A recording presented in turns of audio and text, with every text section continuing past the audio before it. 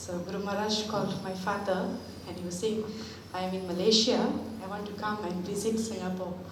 So my father was very happy. And after his initiation, first time Guru Maraj was coming to Singapore. So my father got so happy, Guru Maraj came, and that's when he regularly started coming back to Singapore. So he came in 2009, then he came in 2011, then the first initiation happened in Gauranga Center. Like this, Guru Maraj came all the way until 2020, every year once. Some year, I think twice also he came. One of the year he came during Vyasa Puja, and we actually booked a chalet in Changi, and we stayed there for 3 to 4 days. And Guru Maraj was with us. So it was the same month that it was Guru Maharaj's Vyasa Puja. So that was the first time we get to celebrate Guru Maharaj's Vyasa Puja all together in the chalet. Actually, it was Guru Maharaj's wish to spend time with all the Bengali devotees and other devotees. So Guru Maharaj told my father this, the previous trip. So my father remembered and said, okay, next trip we're going to plan for this. So when Guru Maharaj came, again, I think the same year, or maybe the next year, in September he came. So we were all there, about 30, 40 people, all inside the chalet. And we spent one of the best time with Guru Maharaj. He had his own room, we used to have, he used to give bhajans. The whole day was so nice, because the whole day you get to spend with Guru Maharaj. So, which I think only happened one time only, say in 2009 and 2020. And then so many devotees got initiated after that. And first, my mother used to cook for Guru Maharaj on a daily basis. So morning, one trip, my father used to go to hotel, give the prasadam, come back, and lunchtime starts. So after that, when a lot of devotees got initiated, they also wanted to cook for Guru Maharaj. Then my mother stepped back and get other devotees who wanted to serve also to give cook for Guru Maharaj. But every time he used to come back, he used to ask my mother, when are you going to cook for me? Because my mom used to cook the olden Bengali dishes that he used to have when his mother used to cook or his grandmother used to cook. Those items my mother used to cook, those very rare items. So Guru Maharaj used to love all this. So whenever he used to see this thing and he used to remember, oh, this, I had it, I think, when my mother cooked it. So these are some rare sweet dishes or rare Bengali dishes. So Guru Maharaj used to love. Guru Maharaj don't used to take spice. So if you cook in Guru Maharaj, if you cook for Guru Maharaj, you have to open the chili, take out the seeds, and then give the outer parts of the chili. So Guru Maharaj,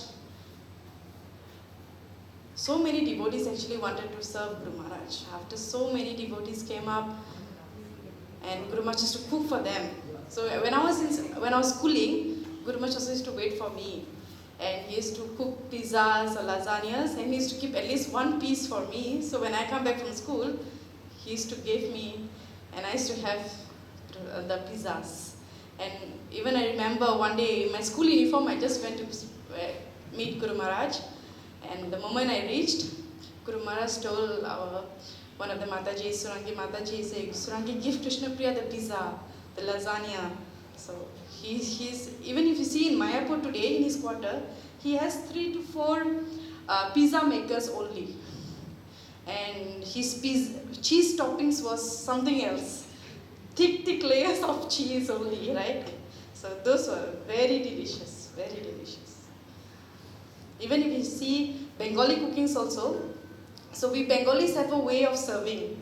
So we used to give rice first, salad, lemon, then fried things, then dal, then followed by other vegetables, ending with sweet and fruits or something, or some juice. So Guru Maharaj used to serve like how the olden Bengali they used to serve.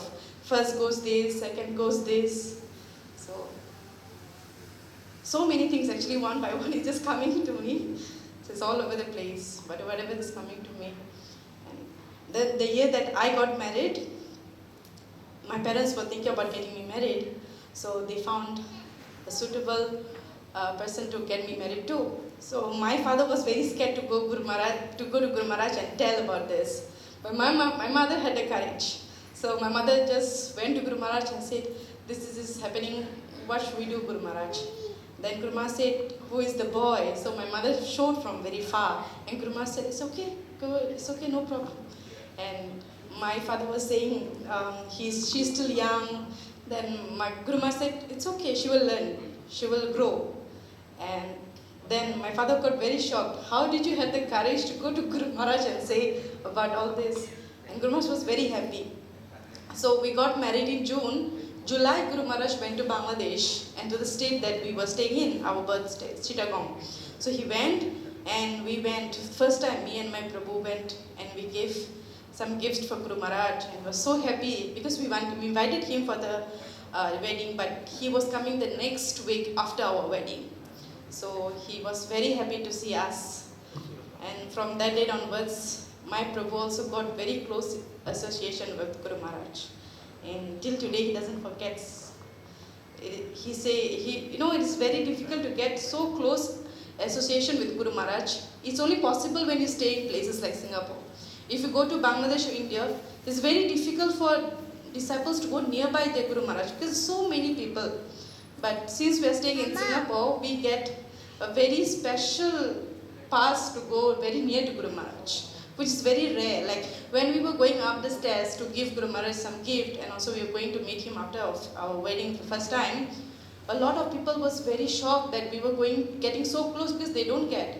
So I feel that we are so very fortunate that we are staying in Singapore, and in a way we get so close to Guru Maharaj, which is not possible, which I don't think will be possible if you were staying in Bangladesh or India. Very difficult. And for Matajis it's even more difficult.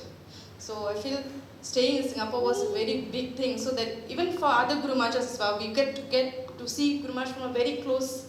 Like even a few days ago, Subhakshay Maharaj, we can go in front of him so freely, right, to have his blessings. But in places in India, Bangladesh is very difficult.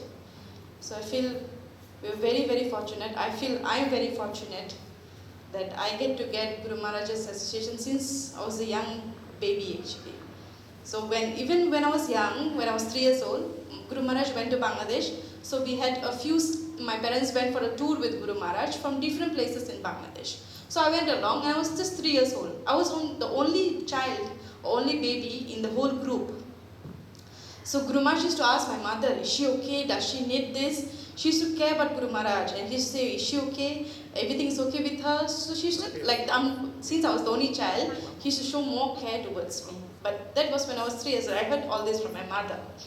So, and even when I was young, my parents gave me a different name. And that name was nothing linked to anything that is now my name, like Krishna Priya. Then Guru Maharaj said, no, this name is not nice. Why not you give her this name? Then from that day, my name just became Krishna Priya. And today when I get initiation from my Guru Maharaj, Guru Maharaj, and he kept the name and just added one more name together. So I feel I have blessings of both the Guru Maharajas.